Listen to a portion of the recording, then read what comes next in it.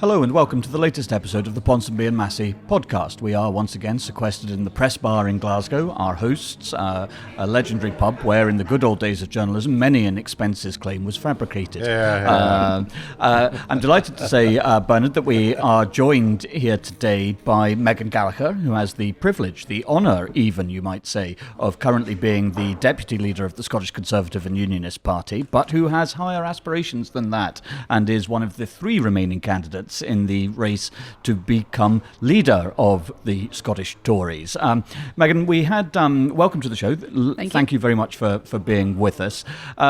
We had one of your colleagues and former rivals, Brian Whittle, on the show recently, and no sooner had he appeared on this podcast than he announced that he was quitting the race. Are you not a little concerned that sets a dangerous precedent for you? Not at all, and I've got so much time and respect for Brian as a colleague. We've worked well in many different issues across the time that we've both been MSPs. So, I wish him well, and I'm sad to see him drop out, actually, because I think he had some really good ideas. We should, I suppose, say for listeners who perhaps haven't been paying minute by minute, day by day attention to the race to succeed Douglas Ross as leader of the Scottish Tories, that there were initially 6 candidates who declared, but there are now 3, Jamie Green, Liam Kerr and... who's the other one, Bernard? Oh, Brian Whittle, yes. Have the aforementioned. yes, the aforementioned, but how swiftly people forget. Have all withdrawn from the race. Liam Kerr and Brian Whittle have each endorsed Murdo Fraser. Was that a surprise to you, Meghan, or a disappointment, or what's going on there? Well, they've dropped out, so I think their understanding was we'll get rally behind another candidate, and their candidate they've decided to rally behind is Murdo. So no, not surprising. But, I'm just going to get on with my campaign. I'm running a really positive campaign. I'm looking forward to chatting to you about that.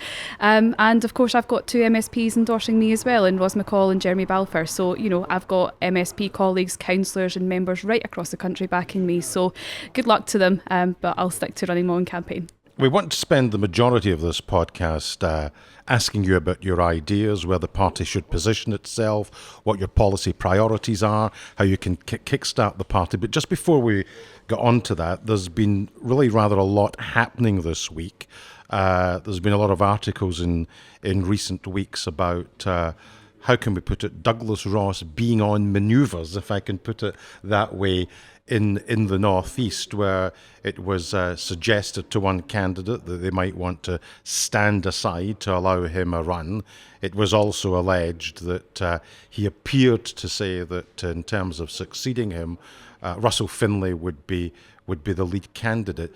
Did it come as a surprise to you that the individual that was leading the group at Holyrood appears to have been on manoeuvres for quite some time? Well, it was a shock. When I read the article that morning, it was a shock to me, and that ultimately led to the decision for me to step down as deputy leader. That, of course, came because of the concerns, and I found them deeply troubling, about conversations between Douglas and the candidate for the general election, Kathleen Robertson, who I've got so much time and respect for. And for me, it was about integrity, it was about decency.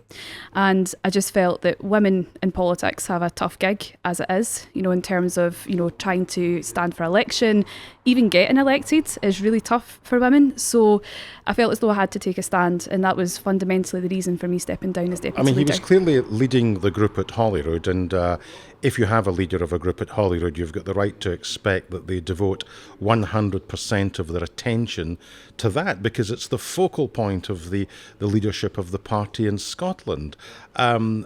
Now that this candidate said, he was suggesting that I stand aside, and he was doing this, that, and the next thing, how would you characterise that behaviour? Well, I don't think it sets the party, it doesn't, see the party in a good light at all. And again, that's why it came back to the decision that I took in terms of my deputy leader role. I think there needs to be, an investigation into exactly what happened between Kathleen and Douglas, because that's not the conversations that I would certainly expect if I was leader. Who do you think should lead that investigation? Well, again, we're going to go through the leadership contest, so I think we need to get through that first, and then once we're at the other side of the leadership contest, it then needs to be whoever's in those positions, in terms of director, chairman, to fundamentally make those decisions. Just finally on this, before I hand over to Alex, the point actually you make about the lack of women candidates is one which I think will chime with a lot of people. Yeah. If you are elected leader, will you establish an inquiry to find out precisely what happened there? Yes, it needs to happen because, as said, for me, it's been a tough challenge to actually get elected. I've stood in many elections, but they weren't, I would say, normally conservative backing areas. But of course, I managed to defy the odds, not just to become a councillor in Motherwell, 5 minutes down the road from Ravenscraig, but actually to become an MSP as well. I want to see more women in Parliament. I want to see more young people in Parliament. But if these allegations and accusations are thrown out there into the public domain, serious questions need to be answered, because that could potentially have meant that a woman wasn't going to be standing for us at the general election. We'll come back to some of these issues in a moment, but you mentioned there growing up near Ravenscraig, a traditional Tory heartland, of course. Could you tell us a little bit about your background, and why you wanted to get into politics and why you are a Conservative? Yes, and I fell into politics. Politics for me wasn't where I thought I would ever end up. When I went to school, I used to love school, and when I got to my 5th year, I just sort of fell out of love with it. I didn't know what I wanted to do in life. I didn't realise that there was, career opportunities there for me. I didn't do well in my 5th year exams, and I didn't do so well in my 6th year exams. And I remember one of the teachers, who was my modern studies teacher, she sort of took me by the ear and said, "You're coming back for a 7th year at high school." I was mortified because that's not the done thing. And, having to tell my friends at school, "Oh yeah, I'm coming back to high school for another year." It was embarrassing for me at the time, but I think that actually set me on my course to be determined to do better and actually go on to, explore different pathways. But at that point in time, going through the 7th year, I started talking to my gran more and more about politics. My gran and papa were both involved in the Conservative Party. They had been, since their teens. They actually met at a Conservative function when they were in their teens, and obviously they get married, and the rest is history. But, it was having those conversations with my gran. She then said to me, "Right, come along to a Conservative event." This was when I was at university, because I did go on to do university once I got the grades, going back and doing my 7th year. She said, come with me to a Conservative Association meeting. I was like, no chance. I'm not doing that. No way. But I did, because she eventually, pestered on so much that I decided, right, I may as well just go on and see what it's like. And I fell in love. I fell in love with the party. I fell in love with the people, because we were talking about things that really related to me. It was about aspiration. It was about opportunity. It was about getting people that best possible start in life. And that is what I see myself as a Conservative. So that was how I fell into the party. If I'd even joined the party even back then, I never thought I'd be standing for election, but that happened 2 years later. Joining the Conservatives in 2015. Was that because there was perhaps a shortage of people willing to stand for a council position in Lanarkshire for the Conservatives? I think it was a severe lack of young Conservative women, if I'm being perfectly honest with you. But again, I'm nothing but stubborn, and I kept at it. And, eventually it worked out in 2017, being one of 10 Conservative councillors elected, and then going on to lead the council group at the age of 25. But you talked there about, opportunity, aspiration, and so on, and these are, Conservative values and so on. And okay, maybe they are, but, with respect and so on, there are not many political parties in Scotland or indeed elsewhere and so on who stand on an explicitly anti-ambition, anti-opportunity, anti-aspiration ticket. So, what is it that actually makes that Conservative? What is it that you are really all about? So I take your point, but I think the way in which our party, strive to make that a reality, it's not just, pleasantries, it's not just, buzzwords in a chamber. It's actually hard work, graft, and that's what I'm certainly all about. I think if I'd been born in a different decade, I probably would not have been a Conservative, especially from the area in which I grew up in. But I came into politics at the time of Ruth Davidson. She was offering something completely new. She was someone that I related to. She was someone that I could easily get behind as a party leader. She brought this new idea of conservatism, that it wasn't just for a particular group of people in society. It was actually for everyone right across Scotland, even in the working class parts where I grew up and still live today with my own family. So that's what I mean in terms of Conservatives. But you're absolutely spot on. It's not just about, saying words like aspiration and opportunity. You've got to mean it. And that's why in terms of my own leadership election, I've got the 5 Ps, because I believe in people's pockets. making sure that people keep more of what they earn. Properties, making sure everyone's got a safe, secure roof over their head. Support for parents, that's a huge thing, because it's not just about getting childcare right, it's about getting our economy moving. But that can only happen if we've got people in work. Then support for pensioners in later life. And then finally, protection, because people value protections, whether that be freedom of speech, freedom of expression, or actually making sure that people are safe when they're out doing everyday life. One of the things about podcasts, which is quite good actually, is that people have the time to develop arguments, and people can perhaps learn more about guests in a way that they wouldn't in a sort of conventional television interview. So it's interesting for you to talk about your background there. Let me just carry on where sort of Alec left off, which was, I suppose, a little bit of genteel probing about what are your ideological anchors. Now, if we look at the sort of history of the Conservative Party in the sort of post-war period, there wasn't a great deal of difference in economic policy between Labour and the Conservatives, between the kind of outlook of a Harold Macmillan to a Harold Wilson. Then things diverged after 1979 with Mrs. Thatcher.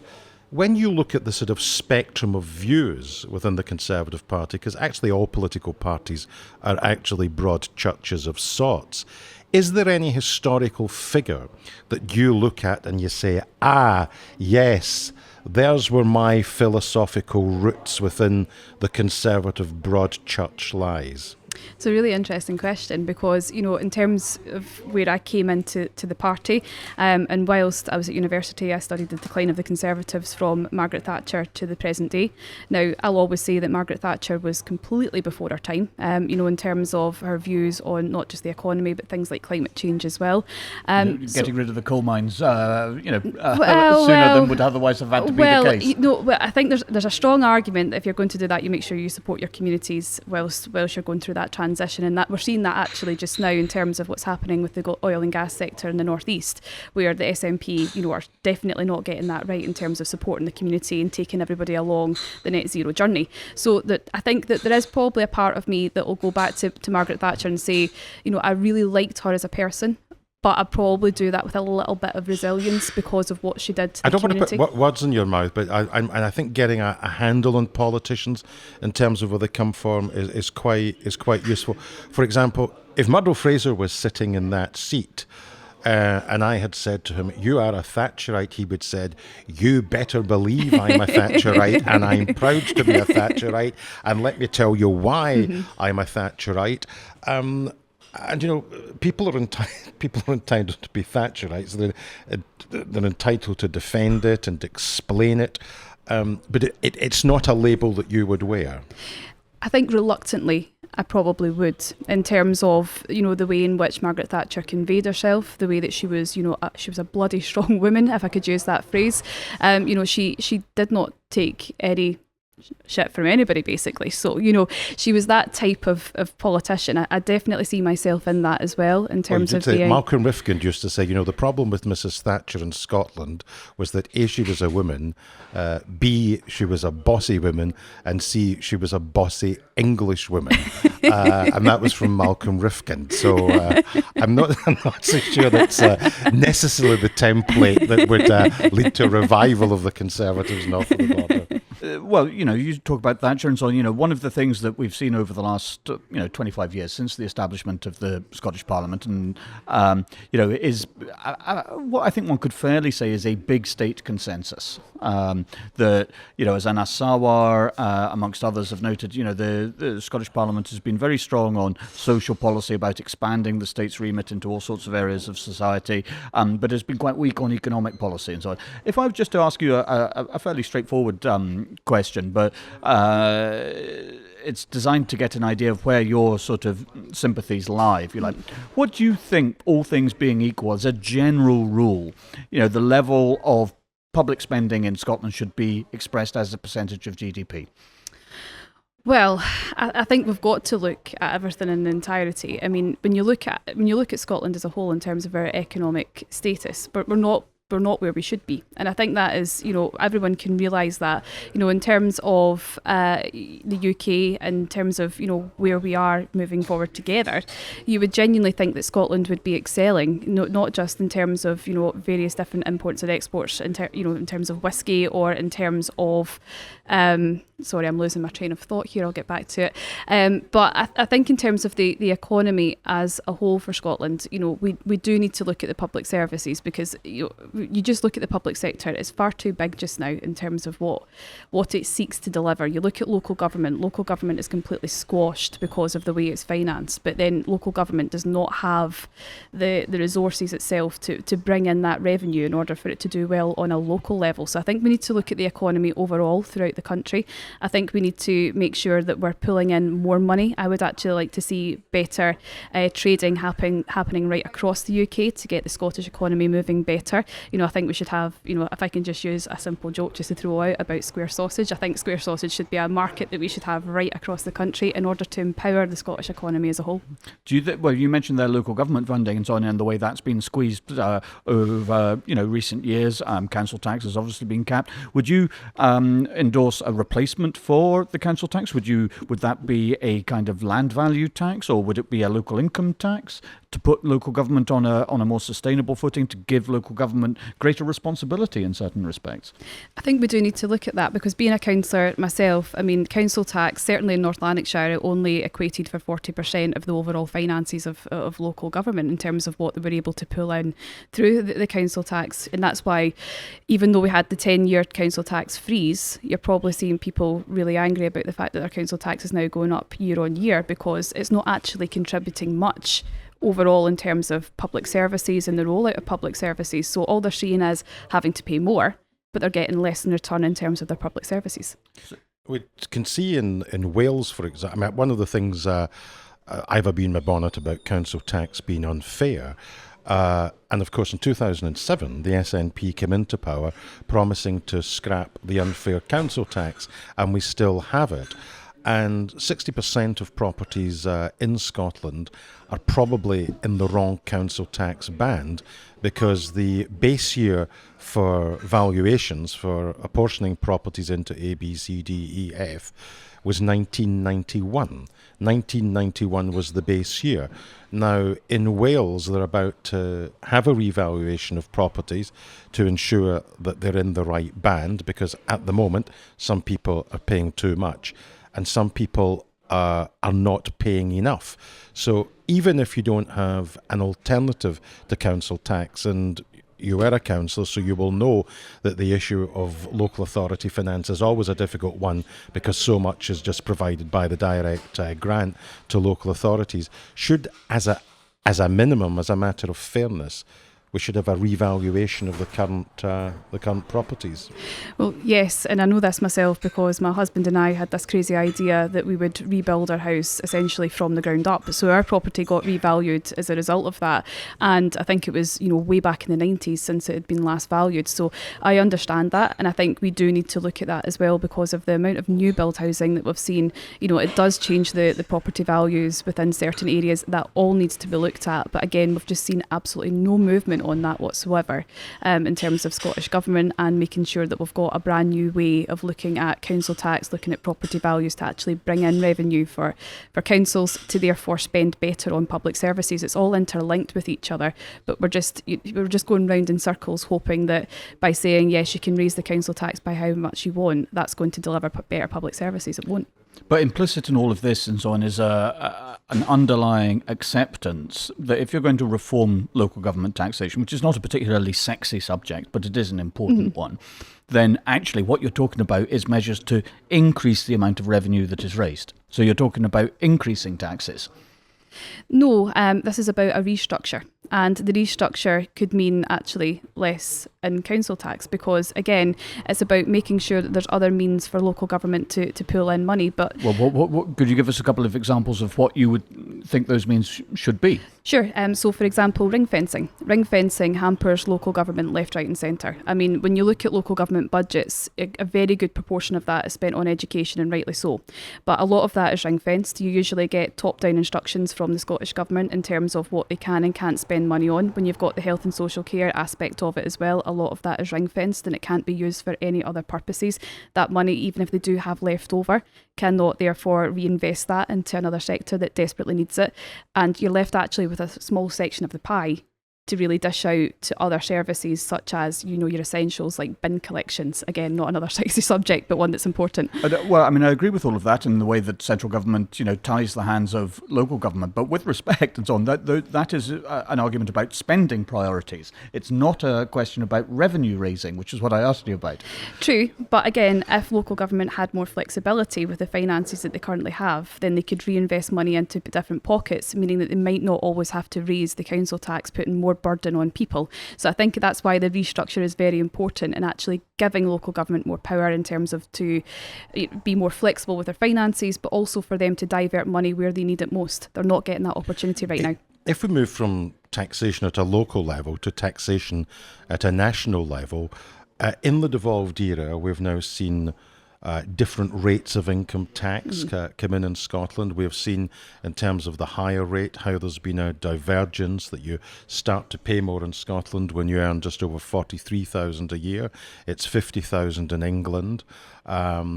The Scottish Government instigated the policy of fiscal drag, particularly as it relates to higher earners, so more and more people are actually paying a higher level of tax. Now, Conservatives continuously say, and we heard it with the last UK government, it was a mantra, we as Conservatives believe in lower taxation. We believe that people should keep more of what they earn. Now, there is, if you look at the centre-left parties in the Parliament, there's almost a consensus that they're not in the business of cutting tax from where it currently is. None of them are going to propose a tax cut. Is there any tax over which the Scottish Parliament has authority that you as leader would propose to cut? Well, I think we do need to look at income tax because we are higher than every other part of the United Kingdom. And, when I'm certainly speaking to people, one of the biggest bugbears that they have is the fact that they're paying more in tax, but they're getting less in terms of public services. Now, we all know politics is about choices, of course it is. And we've got the Scottish Government just now with universal policies. And the universal policies, are very costly. And that's driving up the income tax and other taxes, of course, in Scotland. So I think Let me give you a suggestion, because I remember at the 1999 Scottish Parliament elections. How old would you have been in 1999? I would have been 7. Right, okay. Well, Alex Salmond and the SNP fought the 1999 election on what they called a penny for Scotland, where they proposed 1p on income tax in order to boost education. Now, here's it. What about a Tory penny for Scotland, but it's a tax cut by 1p? What about that as an idea going into 2026? Now, that is an idea. And, again, it is about making sure that people feel valued, people keep more of what they earn so they can then go out and spend it with local businesses. You see my point, that if people are going to say, I keep listening to Conservatives who tell me that they believe in lower taxes, but when it comes to the bit, I see no evidence of this. And of course, in the UK context, the tax burden has been the highest since the Second World War.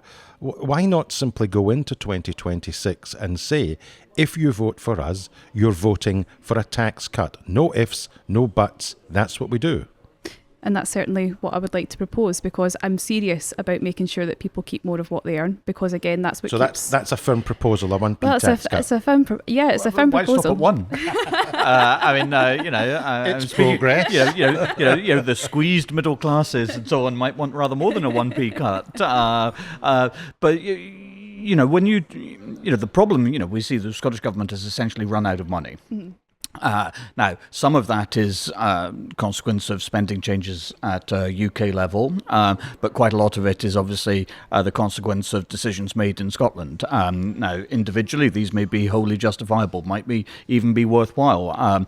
So you look at things like additional welfare benefits. You look at things like free university tuition.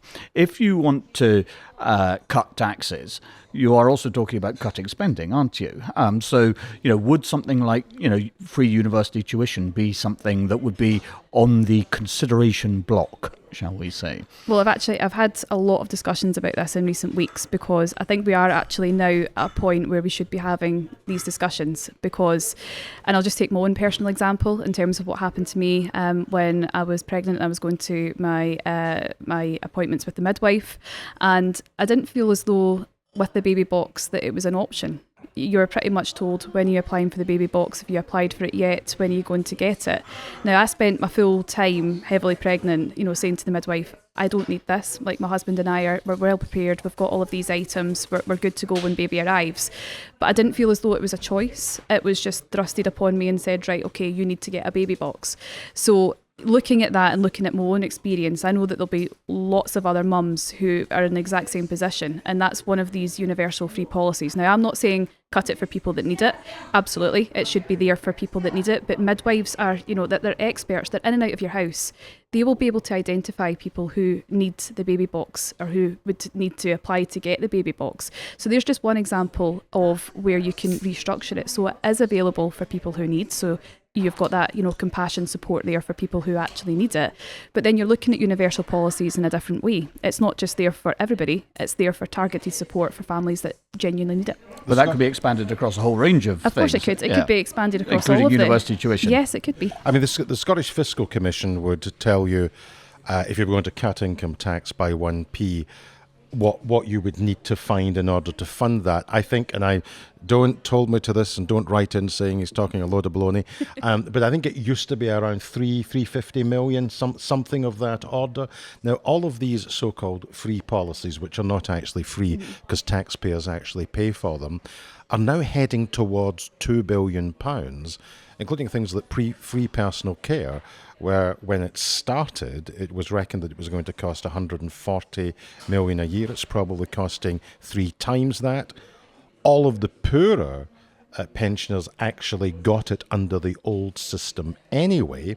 So if you were sort of recalibrating a sort of intergenerational fairness, a Conservative really should be looking through all of these things and saying what is fair, but at the end of the day, how do we cut taxes? And yet, in the devolved era, the party I would put to you has been a bit conservative about being properly conservative. Yeah, and I think you're right, and I think that's, it's exactly the platform that I'm standing on, in terms to reset the relationship that we've got with Scotland, but also our membership internally, rebuild the party to actually bring something new, a new modern centre-right party, but also to restore trust and be honest with the public. And I think these are the things that we need to be honest with the public about, because, we're talking about universal policies and we're talking about cutting tax. They're genuinely things that I want to explore as a Conservative. But also, there's other issues as well that we're facing right now in the country. I mean, social security. We've got a £1.3 billion black hole in social security. Now, all of these things are normally associated with policies that the Scottish Government have decided to bring in. That was a political choice for the Scottish Government to do that, but we're now actually having to have serious and tough conversations now about how we're going to try and plug that black hole. That's going to come around by discussions through all of the benefits that we now have in Scotland. And the problem with that, and the problem that I always have with that, is once you give someone a lifeline and you remove that, it puts them in a vulnerable position. But that's the position that we're now in Scotland because of the mismanagement by the current Scottish Government in their finances. But if you look at the Scottish Conservative Party as a whole, and so on, obviously over the last 10 years, since 2014, so on, the Scottish Tories suddenly got a song they could sing, that they actually believed in, which is Say No to Independence. Now, following the general election, everybody agrees, basically, even SNP people quietly, although they can't quite say so in public, that the national question has not been answered, but it is off the agenda for the foreseeable future, certainly for this Westminster Parliament and quite possibly beyond that. So, then the question becomes, what is the point of the Scottish Conservatives? What are they for? Are they about, winning seats at Holyrood, or are they about winning or at least influencing arguments? Well, if I never see another No to Indy F2 banner in my lifetime, I will be so happy. So I'm delighted it's off the table, actually, because it allows all political parties to focus on what really matters. But, we were Scottish Conservatives before the referendum. We're going to be Scottish Conservatives, after that argument has been put to bed. And for now, it certainly has been. But, for me, I don't want just to be, lingering away in opposition, whether that be the official opposition or in another point of another part of the chamber. I actually want to be talking realistically about how the Scottish Conservatives can form a government, because I think we do have an opportunity. We are the only, credible centre-right party in Scotland, and if you look actually what's happening in the rest of Europe, you've got a lot of movements now towards centre or right-wing politics. So why is Scotland the outlier? Well, I think it's because we've never really given them something to vote for, and that's what I want to change. I think it comes down to branding. I think it comes down to modernising the party. We had, that through Ruth Davidson. She brought something completely new to the Scottish Conservatives, and that's what I want to bring back again, that Ruth Davidson mojo in effect. But that's, you talk about branding, so on, that's advertising, that's public relations and so on, But it's also how you're perceived by the public as well. Okay, so is the problem the public's perception or the party's reality? I think it's about what's happened in recent years to the party. I think it's about perhaps the current, the last episodes in terms of our overall perception of being in UK government. I think that has hindered the Scottish party in terms of being able to focus on what we really want to offer to the people of Scotland. Usually 9 times out of 10 we're firefighting a lot of the issues that were arising through colleagues in the government down south. So our attention wasn't fully focused on what we were wanting to achieve and bring forward as a party. That's why we need to have new policies. That's why I'm really keen on the 5 policy areas that I'm desperate to get my teeth into, because I think that's got a genuine offering for people of Scotland that's completely different to what other parties are proposing in the chamber. If you look at SNP and Labour, there's nothing really different in terms of what their offerings are. But we need something new. We need to inject a centre-right party into that argument and say, yes, we can form a government, and these are the proposals that we're putting to you. But branding does come into it, because we've got to be different. A little further. You used the term firefighting, and you were right to use the term firefighting. There must have been occasions when the MSP group at Holyrood were looking at all of the Partygate stuff. They were looking at all of the Boris Johnson stuff, and then all of the Liz Truss stuff, and sat there with their head in their hands, knowing that this was going to affect how you do electorally north of the border, and yet these problems which govern how you are perceived were absolutely nothing to do with MSPs at Holyrood at all. Now, this begs a very, very obvious question, which is, and because you use the term branding, if you can brand yourself as a properly Scottish party, which is not looking over its shoulders to what people are doing in Westminster, you might have some sort of credibility. See, the problem that Douglas Ross had is that every time Boris Johnson did something completely and utterly crackers, he as Scottish leader had to try and either mitigate it or explain it away, or worse still, defend it. Now, of course you're a unionist party and you're always going to be a unionist party. That's taken as read. But if you can have looser ties, you don't have to be an apologist for what Conservatives are doing in England. And your problem, and it gets back to the brand, for all you are the Scottish Conservative and Unionist Party, you're essentially, I would put to you, seen by many people in Scotland as an appendage to the English Conservative Party. A branch office. A branch office, indeed. Well, we're looking at it now from a completely different perspective than what we would be, say, 2 years ago, because we're no longer in government. And there's 2 leadership election contests going on at the same time. There's one here in Scotland, but there's also one for the UK leader. So this is actually the right time, I think, to be having discussions about relationship with the rest of the UK party. I'm not suggesting a breakaway in any shape or form, but I actually want to strengthen that. And I think this is the right opportunity to do it, because you've got 2 leaders coming in at the same time. And there is definitely a need, because the Scottish Conservatives have outperformed, I would say, the rest of the UK in terms of the amount of seats that we did manage to win on the election night. Look at the share of the vote. Yes, it's historically low. Look at the share of the vote. I know. I know, and that's something that we've absolutely got to work on. But, despite, against all odds, we still retained 5 MPs. And, that's why I think it is the right time now to be having a discussion about the relationship with the party, how we strengthen those bonds, because but proportional representation on that share of the vote's going to punish you. Well, and, you talk about having discussions and so on, and then you're talking about strengthening the bond. I mean, what does that mean? And then also, who would you like to see win the leadership election at a UK level? I thought this was going to come up at some point. You must have a view. Well, I'm just like my colleagues here. We've all got skills and talents, I would say, that's really good for the role. However, there is one candidate for me who I do feel is a standout, not just because I've had the opportunity to get to know this individual, but just actually in terms of the language that they use, it's certainly similar to the language that I'm using for my own campaign here in Scotland, and that would be Tom Tugendhat. But that doesn't mean that any of the other candidates are not ready and able to do the job. It's just, for me, I think he's just got a slight edge. Man of the Tory left. A Tory wet. So are you a Tory Soaking wet? Yeah. No, Tom's not a Tory wet, and neither am I. But he's got a broader appeal. He's as wet as a windy cleaner's chamois. He's got a broad appeal, and for me, I think he's the one that's going to be able to unite the party down there, but also make sure that the Conservatives are in the room when it comes to the UK party, and that is something that we absolutely need. Can I just say thank you for answering a straight question? Tom Tugendhat, very often what will happen, I'll just see, and it's early days they all yet. Have their merits, and they would all be disastrous, but one of them would be less disastrous than the other. In that spirit of answering questions directly, if you don't win the leadership, who would you prefer among the other two? I'm going to let you down now because I'm hoping I'm going to win the leadership contest. But no, again, when it comes down to Russell and Murdo, I've got so much time and respect for both of them. You could serve under both. I could serve under both. Could they both serve under you? I hope so. I would.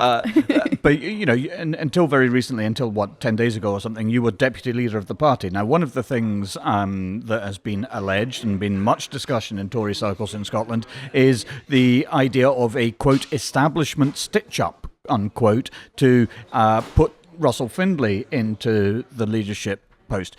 Do you agree that there has been an establishment stitch-up for this, that he's the favoured candidate of the party establishment? And if that's the case, then how are you, as the former deputy leader of the party, not part of that establishment?